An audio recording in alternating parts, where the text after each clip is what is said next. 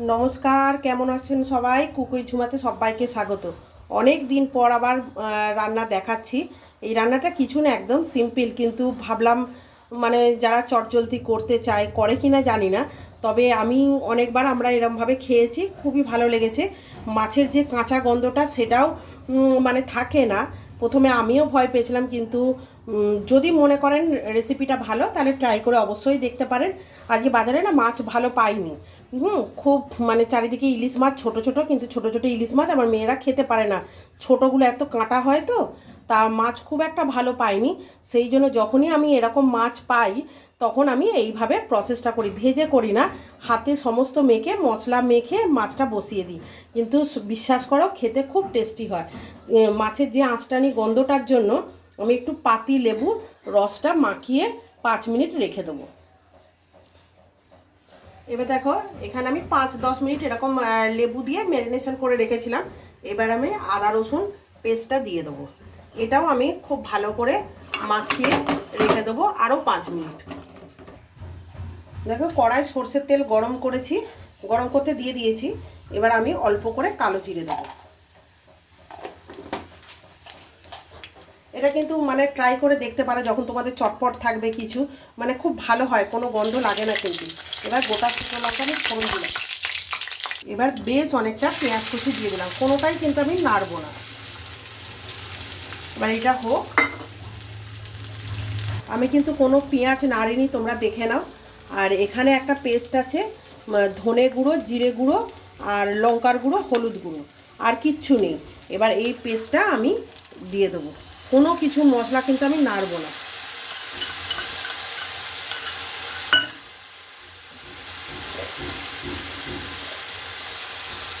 এবার পরিমাণ মতো লবণ দিয়ে দেবো। টমেটো থাকলে বন্ধুরা ভালো হতো, কিন্তু আমার কাছে টমেটোটা শেষ হয়ে গেছে।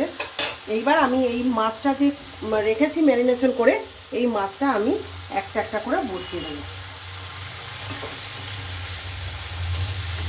তোমরা এইভাবে একবার করে দেখবে, দারুণ হয় খেতে।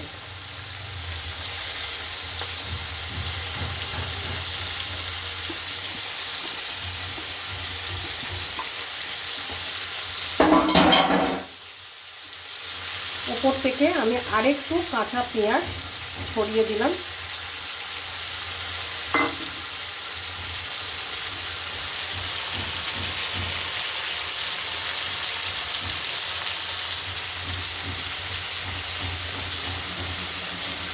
এইভাবে একবার ট্রাই করে দেখবে।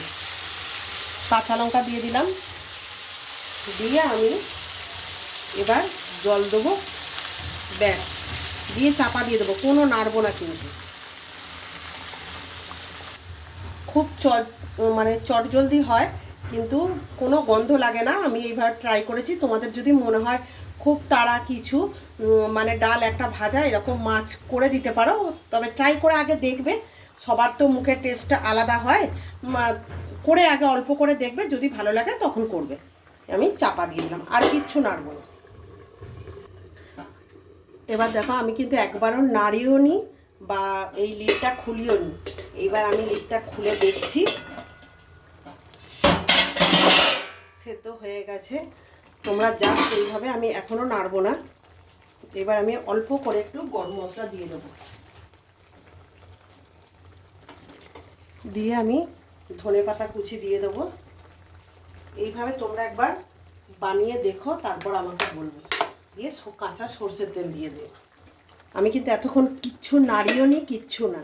এইবার আমি জাস্ট হালকা হাতে একবার নেড়ে দেবো।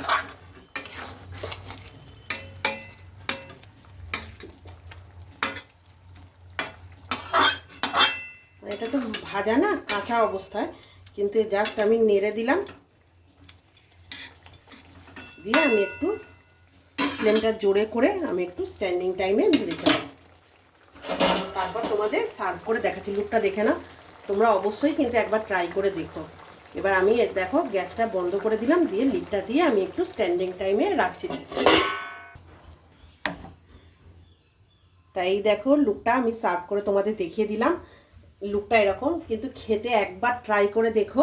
এইভাবে যখন তোমাদের খুব তাড়া থাকবে বা কিছু, এরকমভাবে বানিয়ে দেখো, বা 2 পিস এরকম বানিয়ে দেখো আগে, তোমাদের যদি ভালো লাগে বা কোনো কাঁচা স্মেলটা যেন না, যদি না লাগে, তাহলে অবশ্যই ট্রাই করবে। কিন্তু গরম ভাত, একটু লেবু আর এইটা দিয়ে খাবে, জাস্ট জমে যাবে। আর কিছুই বিশ্বাস করো লাগে না। তা এই সিম্পল রেসিপিটা যদি তোমাদের অনেক দিন পর বানালাম, যদি তোমাদের ভালো লেগে থাকে, প্লিজ লাইক শেয়ার কমেন্ট করতে ভুলো না। আর আমার চ্যানেলটিকে প্লিজ সাবস্ক্রাইব করে আমার পাশে থেকো। তোমরাই বলো এই রেসিপিটা কেমন হয়েছে, অবশ্যই কিন্তু আমাকে জানাবে। টাটা, শুভ দুপুর।